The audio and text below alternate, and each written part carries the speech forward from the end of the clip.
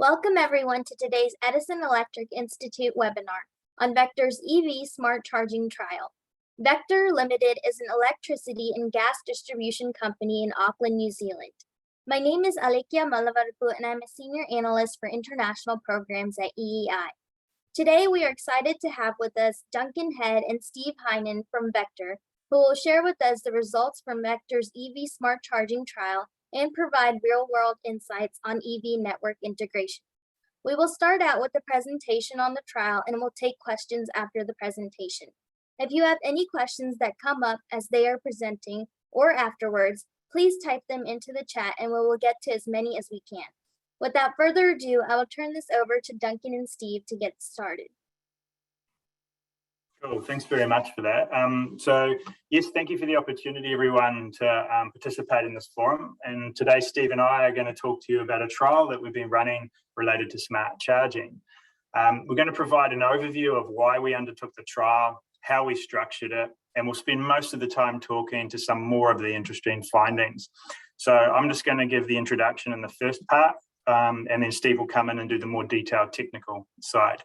But before we jump in, it's worth just giving a bit of a background on us, so you have an idea of who we are and where we're from. So my name is Duncan Head, and I'm the GM of Insights at Vector. I look after the Energy Systems Analytics team, the BI and data team, and also the Customer Insights team. And at the time of the trial, Steve Heinen was our Head of Energy Systems Analytics, but he's recently been promoted to be the Future Networks and Planning Manager at Vector, which is all about putting the things that we've been looking at in the Energy Systems team into practice on the network. So I'll just move through now. So I was having a few technology issues this morning, so apologies for that. But so just first of all, New Zealand, so where are we? So we're way down there in the Pacific, and it's pretty much a long way from anywhere. Our country has about 5 million people, and we're spread across the geography, similar to the size of the UK. So there's two main islands, and they're helpfully named North Island and South Island, just so we don't get confused. And most New Zealanders live in the North Island. So there's about 4 million of us who are living in the North Island and only about 1 million in the South. And in the North Island, nearly half the population, so nearly 2 million people, live in Auckland. So that's sort of where New Zealand is. The next question is, who is Vector?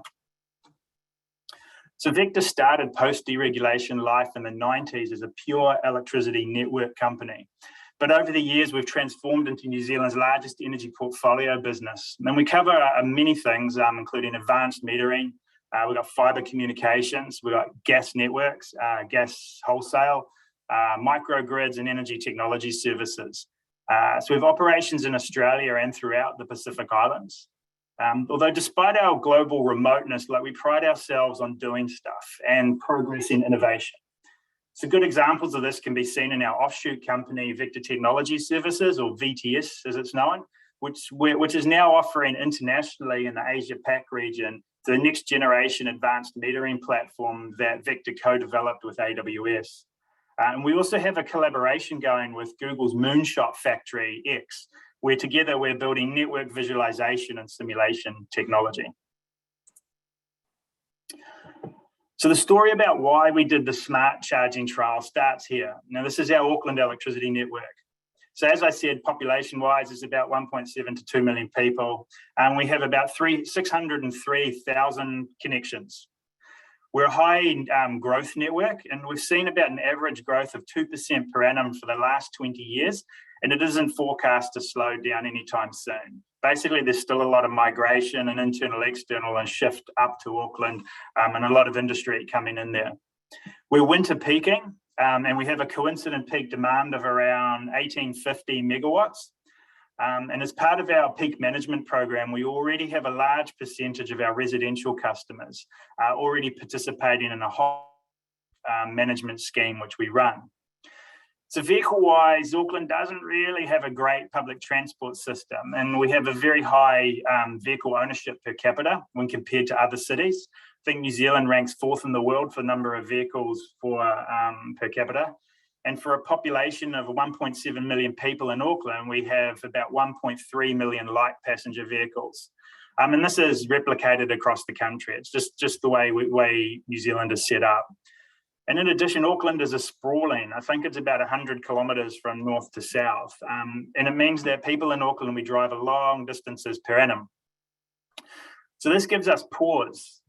We were wondering to what extent we could rely on overseas data when it comes to modelling the potential impacts of EVs on our network, given what we think looks like a unique set of factors and behaviours that we have here in Auckland, New Zealand.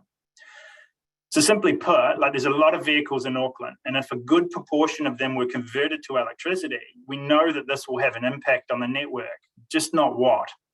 So internally, we've developed a granular customer network scenario model, as we call it. And this lets us look at this type of thing from the connection or the customer all the way up. And we've built this up using the half-hourly metering data, which we've had access to since about 2015. So the first thing that we needed to understand was to run the numbers and start looking at what is the potential impact of EV on our network. So just a heads up, so these slides contain a little bit of older data, which we haven't updated yet, but it isn't a major change. So the directional elements are still relevant. So this blue box here, so this looks at our current network peak. And so we pulled that out and we used that as a starting point for when we wanted to model the specific impact of EV on the Auckland network. Now, most of the data out there on the effects of EV charging, it's really generic, and it's not clear if it comes from real world situations or desktop exercises. So although it's useful for directional purposes, it's not clear how reliable this would be if we wanted it to use for network planning, particularly at the medium and low voltage levels. So we were also concerned that the data did not consider the New Zealand situation or reflect the behaviours of New Zealand people. So this is when we knew that the first objective of any study that we had to do had to be to build an empirical data set of how Auckland consumers currently charge their vehicles when at home, and to quantify the impact that the charging has on the network at the consumer level. So using the best data that we could source, we started running our models out to 2050 to look at how demand might evolve with EV. And that gets us to this blue box here. And it shows the estimated network demand in 2050 from one possible future. And it illustrates the size of the additional peak could get to caused by EV charging. So the actual numbers are not the important thing here. It's under scenarios is how big could unmanaged charging actually get us on the network. So when we went about, so then once we've got that, we just have to then go about modelling the potential benefits of trying to shift large amounts of the new EV demand out of the peak period, so sort of into the troughs that we have. This, however, when we were looking at it, was based on completely untested assumptions that most vehicles would be under some form of management, either active, i.e. they were doing it, someone was doing it for them, or passive, so they did it themselves through pricing signals or the like.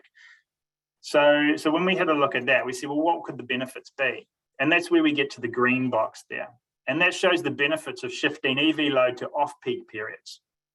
So the modelling to do this was easy, but the concern to us was that there was actually no quantitative or qualitative data to indicate that it was actually possible to get consumers to agree to shift this load. And there was absolutely nothing to indicate that this would actually be applicable to the entire population. Put simply, how many people would actually be willing to shift their charging times once they had an EV? So although there's some limitations with this type of modelling, the process that we went through highlighted three things to us which influenced the smart charging project. Firstly, we had to confirm that there was likely to be a significant benefit in being able to shift the load when we look at the long-term impacts of having to reinforce the network. So despite our concerns regarding the quality of the inputs, even if we have these benefits that you can see in the green box, the size of the prize is still material. So we knew we needed to progress our understanding. And given the potential different localized impacts we were seeing when we modeled it at the customer level, the lack of good data on EV charging created a risk that we might not be seeing the true picture, especially at the LV level, and therefore we might not be taking the right actions. So we needed to get reliable data on EV users, and we needed to fill the gaps we were seeing in international data sets, especially around the inherent diversity in EV charging loads as more consumers start to come on and charge on a feeder. And thirdly, despite the technology already being readily available to manage consumer EV charging and of having a few targeted time of use prices in place in New Zealand, there is actually limited information on the effectiveness of this, or whether it was possible to do so in a way that consumers would accept. So if I put it another way, like if smart charging can play a significant role in the new energy future, does the industry have enough consumer-based understanding so as not to create negative sentiment or a false start? So after all, like there's many good examples of good ideas that have not gotten off the ground because they haven't thought through about the customer proposition. So in our industry, I think the smart meters are a really good example of this, with some jurisdictions not too far from us, being Australia. They've shot themselves in the foot in some places by not taking a customer-centered view on the deployment or showing how they will benefit the consumers and really wrapping that messaging up around it. And the result is they've actually found quite a lot of opposition in some parts of the country there to the implementation. And it's actually taken them a lot longer to get to the position of where other countries are, like New Zealand, where we pretty much have ubiquitous half-hourly meters in place. So with all that in mind, our smart charging trial really has three main outcomes baked in. So first of all, we wanted to obtain a baseline understanding of how Auckland consumers currently charge their vehicles when they're at home and be able to quantify this impact at the connection level. We wanted to quantify the actual benefits of being able to optimize or shape EV charging at the connection level. And we wanted to start to understand the differences between customer types. Now, focusing on consumers, we want to identify and understand their values and preference sets around EV charging and to test whether it is possible to do smart charging optimization in such a way as to not negatively impact their customer experience. So our smart charging project is about real data and real people. So thinking about the people part, let's just take a minute to talk about our trial list and how it was structured. So at the beginning of this, we were quite concerned about how hard it might be to get people to participate in the trial, but it turns out we needn't have worried. After about a week of placing a Facebook ad, we were oversubscribed for the trial. The trialist selection, though, it was very thorough. It was a combination of detailed surveying and site visits. So we were looking for as much diversity amongst the participants as possible, and this covered all the usual social demographic things as well as things like the type of vehicle and the distance they travel. But given that New Zealand is in the early adopter phase of EV, we've got probably about as good a mix of people and cars as we can hope for at this stage, but it's definitely not indicative of the general population. So we're still in the early adopter phase. They tend to be higher socioeconomic bracket. The cars are quite expensive. They've got higher levels of education, and they also tend to have a better understanding of energy matters, and they are generally more engaged in this space than what we find the general population is. So it's worth noting a really important point here is that the trial, it can't be a one-off. So we need to keep updating our understanding and the needs and preferences and the behaviours of EV owners as we move up the adoption curve and EVs become more ubiquitous. So this is definitely not a one-off, and it's something that we will have to repeat a few times as we go forward. It's also sort of worth noting that we engage really often with the trialists throughout the project, and we've built up a wealth of information regarding why they have EVs, how they use them, their general preferences and values regarding transportation and charging infrastructure. And whilst it's not the topic of today, we do have a lot more around this, which we're hoping to release at a later stage. And we are actually doing quite a bit of work trying to understand public charging now. That's sort of the next cab off the rank for us. So let's just go through a bit of the equipment, what the equipment looks like and the general setup, and then I'll hand over to Steve. So the equipment setup, this is what we've got. We're technology agnostic, but we had to pick a unit to undertake our trial. So we did a fairly robust process, and we landed on the 7 kilowatt smart charging units from a company called EVNext. And a key consideration was that their products, they use open standards and comms protocols. That's really important. They also had already established and approved smart product that fit our specs, and also had a customer app, which was important for us because we wanted the consumers to have as much transparency in the trial as possible as we go through. EVNext is also a New Zealand-based company and had good local support, which was really important. It meant we could fix all the niggles that come up from installing 200 households with chargers and making sure we could communicate with the people and so that they had a really good customer experience when it was installed. And I know the question will come up at some point. These units were connected via the mobile 3G network, so we definitely didn't try and rely on consumer-based Wi-Fi. Previous experience with other trials just meant we knew there were too many problems and issues with that. So the image you can see there, these are two of our more interesting setups. There's a populated island in the Hauraki Gulf where Auckland is, and so we set up some of these. But the main point is we had some units that were outside in these interesting bush type locations. We had some inside, and we had some under cover and carports. So we had really good general mix. And so the last slide that I'm going to talk to before I hand over to Steve is just a little bit more about the setup. Yeah. So I'll just put this on a laser pointer. So the setup we have, this is a simple representation of sort of how we work. So there's three main parts. So on the left here, you have vector systems. In the middle part, you have the EVNext platform, and this is the part that actually talked to the chargers. So in practice, what would happen is we would put out a request, the meters or the chargers would put the data through to our team here, who we would then run some optimization algorithms to decide what output we wanted each charger to do. We would then push the controls back to the central platform, which would then communicate to the charger units. And that's just a quite simple setup. So I'm just now going to hand over to Steve, and he's going to walk you through some of the actual findings. Steve.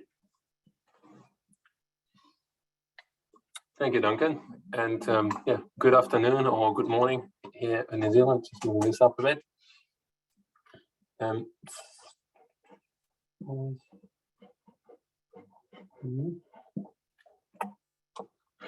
So I've just got some technical difficulties here. You can't find the mouse. The mouse fighting. There you go. Thank you. Thank you, Duncan. So can I get in there? No. Sorry, still having some technical difficulties. There we go. Thank you. All right. So with this philosophy in mind, we really tried to leave our biases around customers would do, should do, could do at the door. And we really started off with three objectives. First, observing real customers. Secondly, managing charging to then understand customer feedback. And only then would we set off to optimize for network outcomes. So this really means that we had kind of not like a linear plan, but a real iterative design framework. So our step one was really to observe and what the reference charging behavior actually looked like. Phase number two was really about managing load during evening peaks. And here we would really try to identify how customers were affected. Now, it's very important to say that we decided to never throttle below 20%. But we also tested something like 35%. So to put that in perspective, 35% is what you would get from a normal wall. So that was kind of our commitment to customers to give them a minimal service level. And step number three was that we would use all those actual customer insights that we collected and then design smart algorithms that optimize for the whole household load, so including non-EV and EV load. To achieve the right network outcomes. Now, here we really created two kind of customized algorithms. One is we called static and the other one dynamic. Now, static has perfect foresight, so 1 day ahead, and it considers each customer's typical EV load profile and optimizes then for the full evening window, while dynamic only optimizes for the next 20-minute time step, but it benefits from that real-time information on the charger about who's connected and who's connected to make the best impact directly. So let's start off with our observe phase. So first we looked just at plug-in times, just to understand when people actually connect. And we identified here three types of behaviors. The daytime chargers, before bed chargers, and after work chargers. So what are those? So daytime chargers, you can imagine them as people that are connected less than 5 hours. And these are customers that, really, work from home or spend most of the day at home and use the home as a base to do different errands and always come back to kind of top up their car. Then we have the before bed chargers. Now, those are literally people that plug in manually the EV late at night. So, I'd like to imagine them as having their routine at, going out of the house or the garage, plugging in the EV, brushing the teeth and going to bed. So it's that kind of routine like that. And then we have the after work chargers, which are people that when they come out of work, they immediately plug in the EV and they go in the house and they forget about the day and the car. When we looked at those, we saw obviously that by count, by volume, we had most of the chargers connecting around, let's say 6 p.m. So our intuition was to say, well, we're going to have a network peak at 6 p.m. Now, interesting enough, when we looked at load demand and we noticed that our demand peak was only from those chargers was only created at 9 p.m. So this was like the first moment we realized, well, our intuition wasn't right. We need to understand what's happening. So, we even considered we might have made a mistake. This was the first time we got some data back. Were the chargers faulty or anything like that? So it was really engagement with customers that helped us figure out that actually many customers were using the onboard timer of the EV. So they were scheduling their charge to happen outside of peak hours. Now, this can be visualized here with these graphs on the left-hand side, where you see the lighter blue is people that connect and charge immediately, and the darker blues are the people that use the onboard timer. So this shows you that particularly what we called the after work chargers, those were the people, the bottom group, that used the timers, the delay most. So that really what happens there is they connect, they use the timer. So it actually means that even though the majority connect at 6 p.m., their charge wouldn't come online after more like 9 or 10 p.m. in the evening. And there you then have a superposition of the before bed chargers and those people that use the timer, which created that 9, 10 p.m. peak. So you could probably going to ask now, why do people use the onboard timer? Now, we found a mix of motivations. First of all, it's a price incentives from a time of use retail plan. Now, to be very clear though, only 60% are not on such a plan. So it's clearly not a motivation for everybody. Secondly, our vector communication, also including our hot water load control program, clearly describes that our electricity peak is from 5 to 9. It's kind of like a generic statement we put in many of our comms around the peak. So you can imagine that the customers, like this still early adopters who want to be informed, that's the first kind of research point that they find when they want to minimize their network impact. So they might have some of them have picked up those comms. Finally, and this was the most kind of surprising one, is we realized that lots of the car models have 9 or 10 p.m. as a default value in the chargers. So people who only turn on the timer use what they've been proposed by the car, just use with those default values of 9 to 10 p.m. So this is clearly something where, as electricity industry, we need to engage with car manufacturers as well to understand that better. So that was really about connected, but connected over connection times. But connected obviously doesn't mean charging. So let's now look about how charging actually looks like. So in this graph, you see all the sessions from our trial, and you see the separation between actually charging, which is shown in blue, and connected but not charging anymore in green. So what was really important for us to see here is the majority of these charging sessions are 4 hours long. So you clearly see that if you connect, as we've discussed previously, overnight, where you have 10, 11, 12 hours of time, there's lots of flexibility in the system. So lots of opportunity to move the charge and optimize the charge based on time. Now, the critical question for us was, how does EV charging affect the network during the peak? So most importantly, how does it affect the network as a function of customers connected? This is so critical given that, as the number of customers on the network, as said, is reduced, the after diversity maximum demand, ADMD, is increasing. This is because it's statistically more likely that all the customers, all the people on that asset do the same thing. They behave in the same way.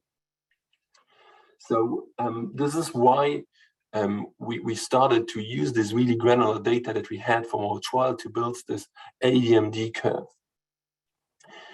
So if you look at the graph, what does it tell us?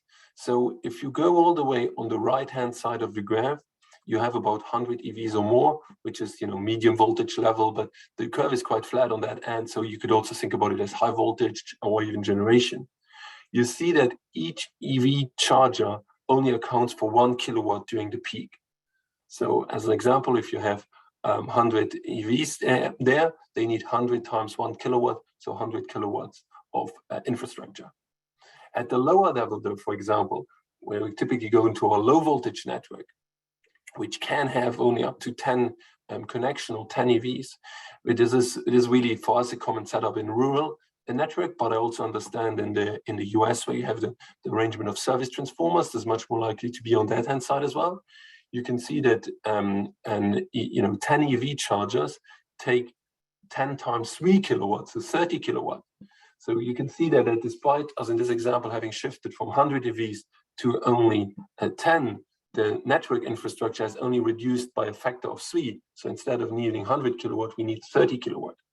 So this is a very clear demonstration about how EV charging will affect proportionally the LV network much more. And it highlights the importance for us of low voltage visibility, a part of the network that has historically been built to fit and forget. So this diversity curve is really important for us as we use it now in our processes as EV adoption occurs on the network, and allows us to build and to design the network properly to accommodate for EVs, but with the right amount of capacity, not too much, not too little. We then started managing EV charging in order to actually test customer acceptability. So I needed to stress here first, I think, that this is not the smart part yet. We're doing essentially, just fixed time-based charging because our real focus was really now to understand, do customers notice when we are controlling and how do they feel about it? And then we were going to use these findings to develop the smarter algorithms which come in the next phase. So you see on the graph first the uncontrolled line. So as I previously alluded to, you see that 9 p.m. peak, which is people using the timers. This is, as I explained, it's the before bed chargers plugging in while the afterward chargers are still drawing from the network. If we now start controlling, we go to that setting where we reduce the output by 35%. We're very happy, of course, we're reducing our impact during the peak from that 5 to 9 p.m. window. But it's also very important to know, which is not going to surprise many people, that we aggravated the timer peak now, because now, all the load that you've pushed backwards during the 5 to 9 p.m. is coming on at 9 p.m. This is also very important to highlight why blunt controls don't work and why a risk of time of use pricing is, which that you suddenly have this synchronization of load all happening at 9 p.m., which causes network impacts because the low voltage network is still quite highly loaded by 9 p.m. as people still, finish their dinners, watching TV, doing entertainment, having heating running, and all these good things. So if we now continue to use the 20% control, you'll see that we further reduce our network impact. But as I said before, the key question of this test period was, what did customers think? We found that customers were largely still very happy and that their satisfaction was unaffected at all by the level of control. Now, this was a key finding for us, and I always feel, even hearing me say that, it sounds like a very trivial statement to make, but you can imagine that when we found that during the trial, we were literally, in the dark before that, and this gave us some first actually hard evidence with real customers to suggest what is happening. So while such a slide might also appear quite trivial, there's a huge amount of work and a huge amount of customer engagement behind it, and I still find, when I hear that the message is quite powerful, and it was really eye-opening to us to hear that from real people that largely they were unaffected, and the level of control didn't impact the satisfaction, as they're largely unnoticed, and as the control was largely unnoticed. Now, really empowered with these learnings, that's when we set off to build smart algorithms to ensure efficient network integration while maintaining customer satisfaction. Now, at this part of the trial, we didn't only focus on EV only load, which was what I showed you in the previous graphs. We now took smart meter data from non-EV load, and we combined it with the charges to really represent household level demand. So we built algorithms that optimize both of those, as I said, optimize for the whole household. We really, those algorithms were tuned to really meet our typical design limit, which is that, roughly 2.4 kilowatt per household. And what I wanted to first do before I get into the result over the larger control period, I wanted to just show you an example of the performance of these algorithms during an example day. Now, this example day is in August, which, you should remember that for us here on the Southern Hemisphere, that is the winter. So in winter is, as Duncan previously said, when our network is peaking, so is the most important part of is when we have the highest loading on the network because of heating, electric. A lot of our heating is electric. So first of all, you have our uncontrolled at the top. And you can see that, as I said before, we have a bit of a breach here between around 6 p.m., which is when the whole household load exceeds our typical network design limit. We then start taking our static algorithm. Now, static is defined as an optimal day-ahead schedule based on each customer's typical demand requirements. Now, as you can see, the resulting schedule is sent to the charger, and we can see that we have a little bit of a breach here, but it's much smaller and it's much later in the night because of some people still using the onboard timers, as you can imagine. But you've seen right during the peak period that static has avoided a breach during the day, during that 6 to 8 p.m. time. Now, dynamic is more intelligent because it benefits from real-time information on the charger. So it every 20 more minutes optimizes the schedule based on real-time information from the charger, so it knows who's connected at that time, brings that information back. And you can see here that in the dynamic, it really nicely modulates our, it nicely arranges itself below our typical design limit to avoid any kind of breach. Now, what is really important to say here is that in both of our algorithms, we make sure that customers get at least the same amount of energy before midnight as they would in the uncontrolled scenario. So we're deliberately not making our job easy here, because you all know that there's always an easy way out, which is to say, put all the charging till after midnight. Well, we kind of said that, as a service level, that is not good enough for us. So we deliberately only wanted to have give customers the same amount of energy before midnight in uncontrolled, static, and dynamic. It's also important to say that we look at breaches all the way then from 5 p.m. to midnight. This is because while our network at a typical across the network typically peaks between 5 till 9, as I said before, residential loads are still quite high at 9. So that is because commercial loads, they drop off between 8 and 9 p.m. and at the system level, the peak is quite over by 9, but residential low voltage networks are still very high or peaky towards 9 p.m. So it was important for us to look at a window 5 p.m. till midnight. So this slide, as I said, showed this example for one day as an example, and we're now going to get an evaluation of a 9-week period of these algorithms.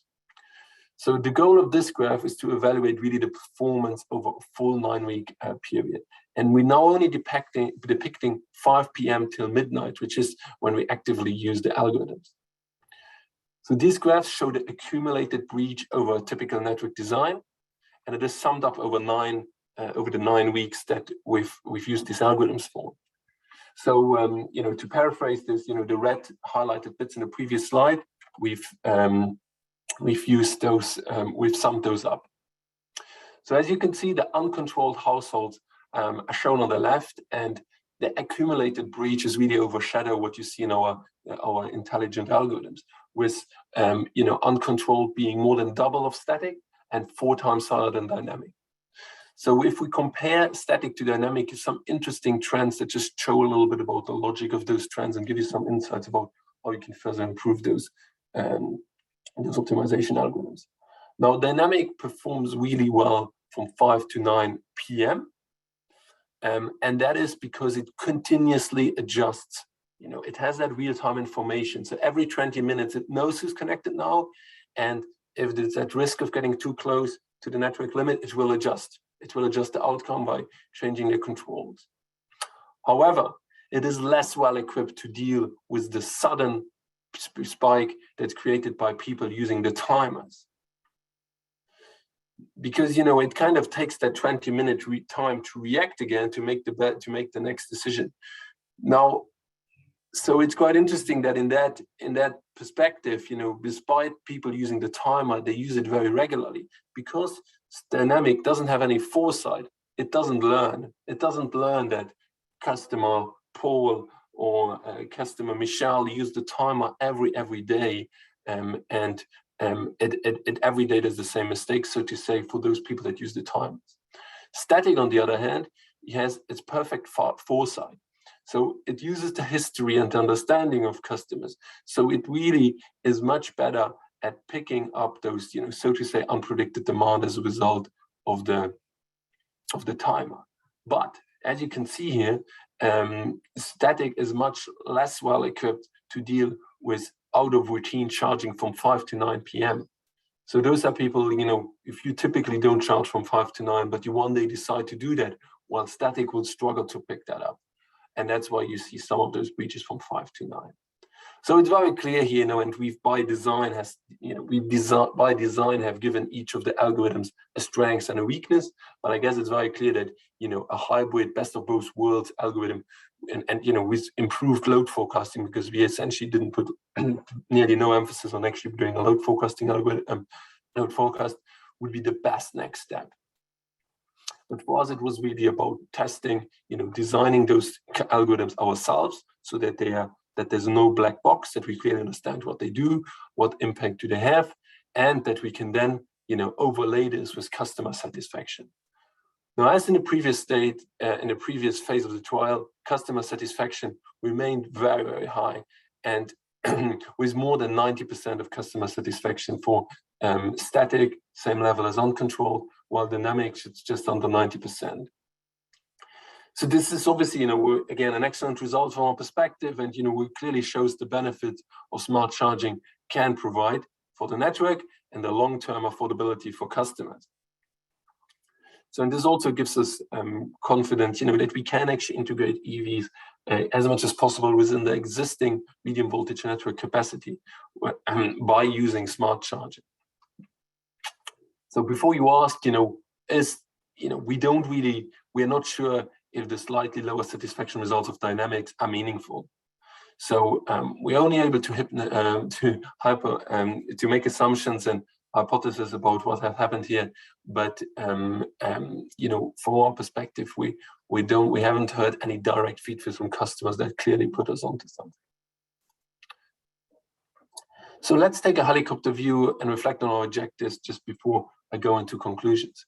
So our objectives, again, as a reminder, were we set out to obtain a baseline understanding of how Auckland does charge.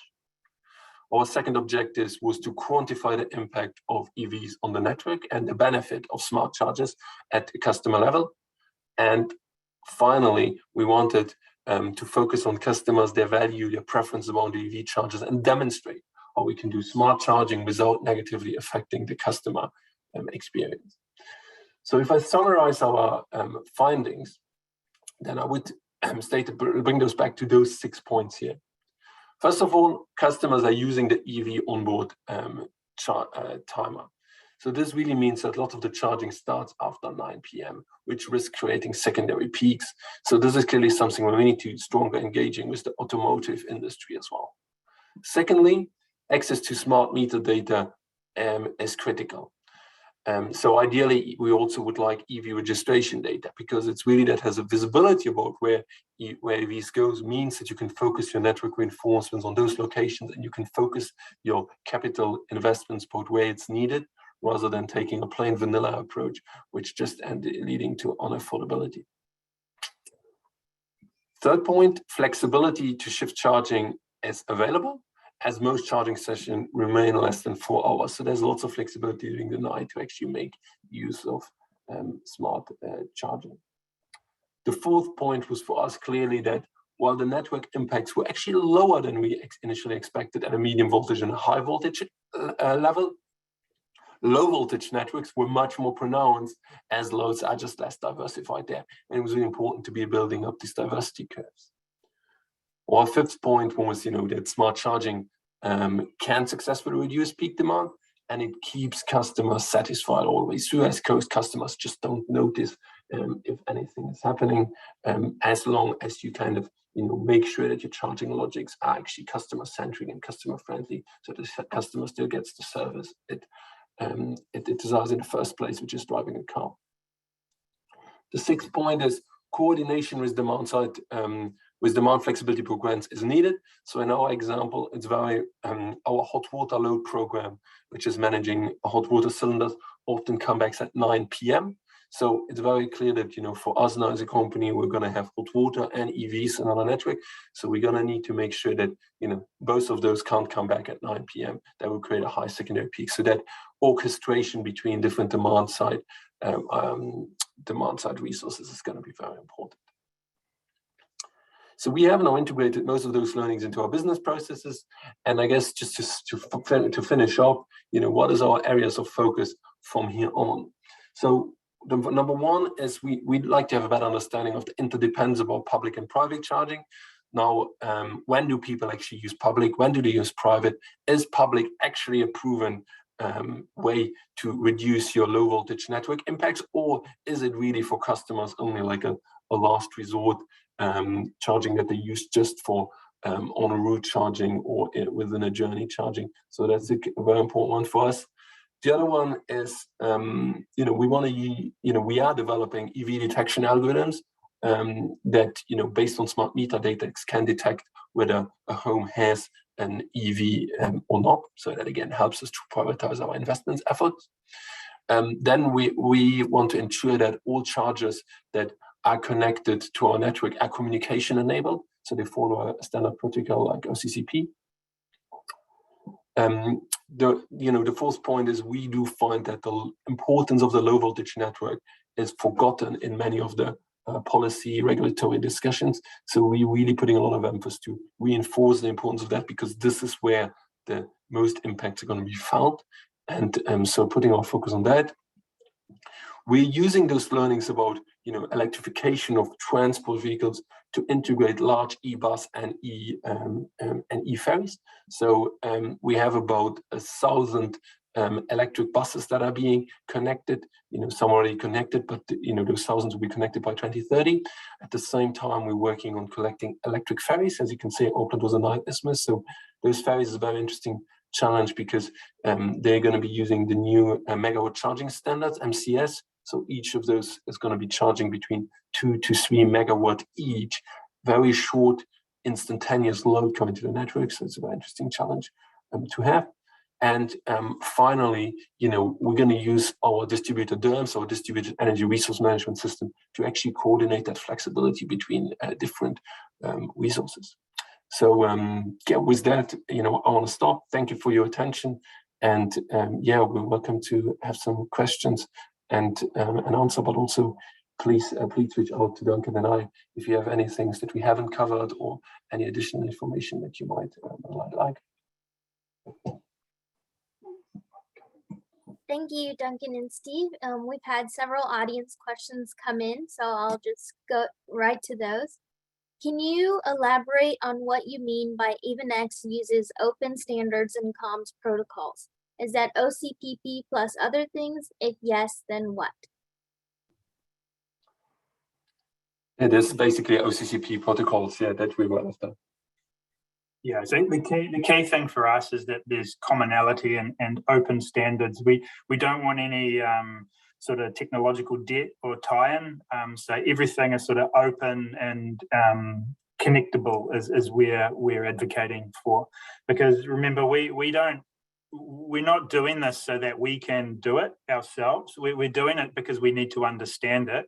And in our view, there will be a combination. Like, it's more likely that third-party aggregators will come in and do this, and then we as a network will buy services off them. But at the moment, for our planning, we actually need to understand that that's actually something that can happen, which is why we did this.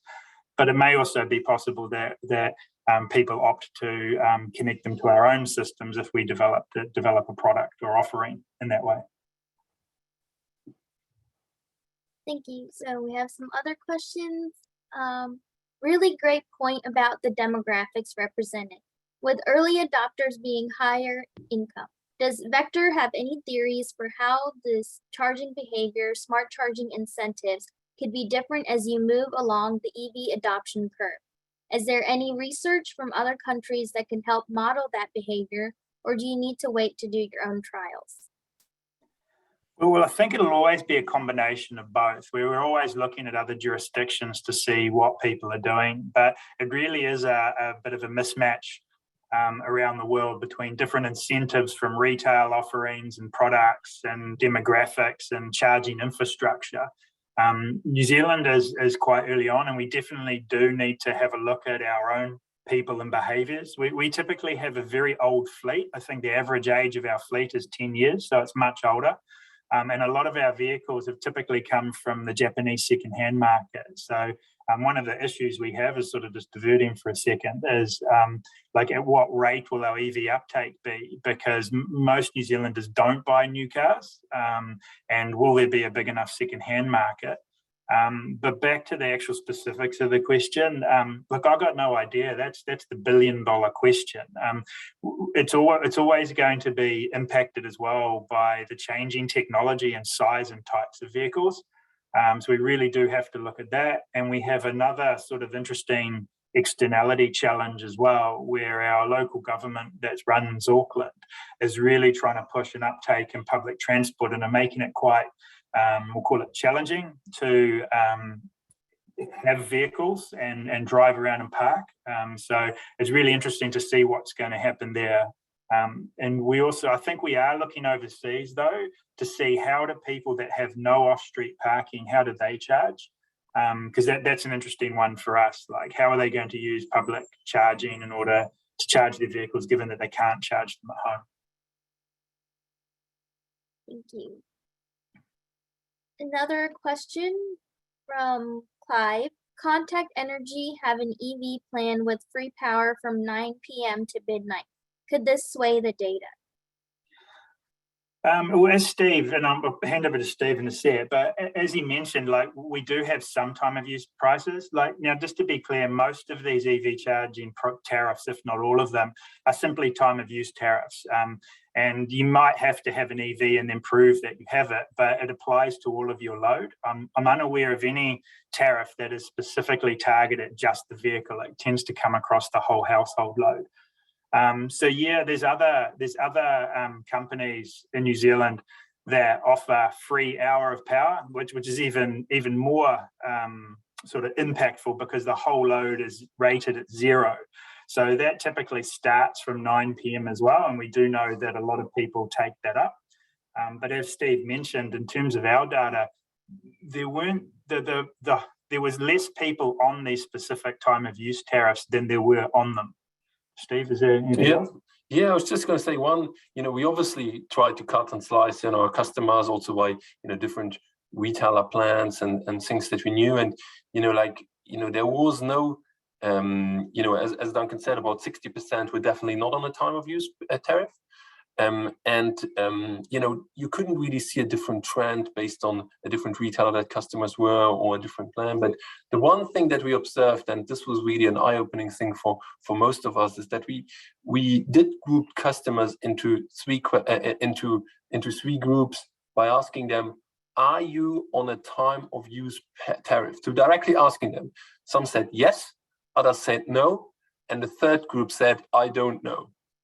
So what was interesting is that the people that said, I don't know, were those that were most charging during the peak hours. So the conclusion of that is that even people who are not on a time of use tariff definitely delay their charge to go outside of peak hours. So it's a clear reminder that it's actually not the price incentive that makes people move to outside peak hours. It's really the engagement level, the interest you have in the industry or the understanding. So it's a good reminder again that, for most people, the little bit of price difference doesn't make the driver, but it's that engagement level. The engagement level you provide also through things like apps, through communication, and through all other type of carrots that you can imagine being. So that was a really important one, again, reminding of, I don't want to say educating customers, but engaging with customers, which is so important to get that behavior to charge out of peak hours. We have other questions coming in.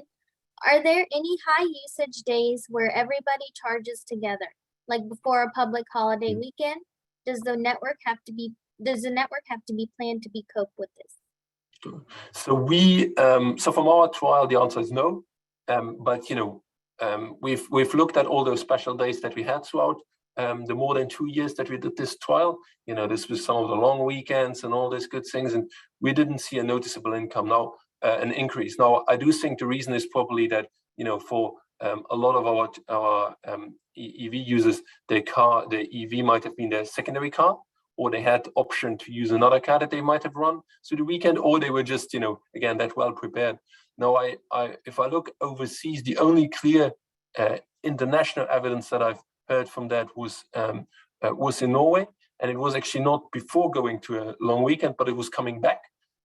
So I get the feeling that people coming back from their holiday homes charging before they go into the car to drive home. That was what in Norway at least there's evidence for creating a peak, but that was what I heard. Yeah, to be fair, it is quite a concern for us. The example that I'll give that we really want to understand is, so if we give a storm warning, what happens then? Will all the people of Auckland, you lose your diversity and everyone will start charging because they particularly are worried that they will be out without power for many hours and sometimes days. That's probably the biggest risk around what happens then in those sort of emergency situations or warnings where there's a little bit of panic starting to happen and then everyone just starts charging just to be safe, even when they otherwise wouldn't. So that's definitely something we have to worry about. And the other thing that I would say that we're turning our mind to is what do you do post-major event? So, if we do lose a chunk of the network through a natural disaster, well, how will we go about restoring it? Because now you've got, as you progress through time, you'll have emergency services that will be relying on e-vehicles. You'll have everyone relying on transportation is now electrified. So the backup systems, not only the network, but maybe the contingency tools that we have like portable generations and switchgear, we really need to start considering what does the future look like in this more electrified world, particularly of transportation. Thank you. Have you considered combining static and dynamic approaches? Also curious how these approaches may interact, complement, or conflict with dynamic price-based coordination or OEM aggregator coordination. So as I said, my conclusion, we definitely considered it, but we felt that for us, we had done our job, so we haven't done this also because we don't. So as I think hopefully my talk clearly said, static has the advantage of being that long-term foresight, while dynamic has the advantage of being able to react as you go every 20 minutes. So we wanted to, rather than take an algorithm that was available from a type of manufacturer, which is typically black box, we wanted to design those ourselves bottom up, so that we clearly understand what we're doing, because we wanted to measure how customers react. So if we don't understand what we're doing, how can we measure how customers react? So that was our motivation for building those up ourselves. So as I said in my talk, absolutely, if we would be a company that tries to sell charging optimization algorithms, we would now take a best of both worlds together and build our own. But we're not going to do that just because we're going to in day-to-day operation, we're not going to be maintaining these algorithms, all these good things. So we're going to rely on industry-grade software like our DERMS, the Distributed Energy Resource Management System. And when we talk then about integration to OEM systems, again, as we said before, it was really important for us to follow international standards. So we're gonna, we have requirements for customers connecting in terms of bringing their smart chargers to our network. So we're really keen on making sure that we're sticking to internationally acceptable standards. So that's the OCCP and likes, OSCP as well. And we want to use those to integrate that we're integrating into our systems, like our DERM system, and then we can use these products as a kind of network level for day-to-day operations. Does the OCCP protocol allow a charge optimization algorithm where a user could specify a minimum desired charge level and take advantage of any real-time low electricity prices to charge more? Look, going forward, all of that stuff needs to be thought about. And the answer to that would be, I would think yes, because if you can build the smarts into it to do sort of this multi-factor analysis there, I think yes, that's definitely a way it would go. For us, again, the main part of this test was not to develop a product, but it was to actually prove to ourselves that what we're being told, or people are saying around the world, that you can mitigate the impact because this thing is coming where people will be able to control it. We had to, one, prove that it could work so that we could then say, okay, well, when we're planning the network, we can take that this thing will occur. And the other part was that, okay, even though it's a great idea, will people accept it? So for us to be able to incorporate it into the network planning that Steve's now doing as the network planning manager and future networks person, we really needed to tick those boxes. So again, it's not about us building a product, it's about us proving that the rhetoric that we're hearing out there is actually got some merit to it and we can rely on it. Thank you. I think we're nearing the top of the hour. Maybe we can squeeze in one more question. Since you are not relying on the Wi-Fi network for backend connectivity and using 3G, how do you think this connectivity option would be scalable for mass adoption? Who would pay for the cellular connectivity in the future? Look, that's a great question. And the short answer is I don't know, but there's a big but. But on all of the houses in Auckland, and if not in New Zealand, we have smart meters and they already have communications networks there. So my personal opinion is that going forward, to minimize the costs, there could be some integration with those smart meters around EV. If not, then I guess it comes down to the aggregators about making sure that the value proposition, the benefits that can be achieved across the industry, whether it be from networks or due to the consumer or from the retailer or generator's perspective, that you can stack those benefits and then make sure that the money flows to the right places that in theory then should fund the equipment, including the comms network. Thank you. I think we'll go ahead and wrap up now and just have a few things to share. Thank you, Duncan and Steve, for joining us today. It was a very interesting session, and you could see from all the questions that came in, there was a lot to learn from it. Thank you to the audience for your questions and joining today's webinar. We'll be sending out a recording to all attendees. This week on Wednesday, we'll have the 2022 International Edison Award winner National Grid join us to present on the world's longest subsea interconnector. And next week we have 2 webinars coming up, with ATCO presenting on Canada's northernmost off-grid solar project and an influential mind session with Ari Wallach on his book Long Path. Please look in the chat for the registration links. And for more information, you can follow us on Twitter and also visit our website. Thank you again, Steve and Duncan, and everyone else. Have a good rest of your day.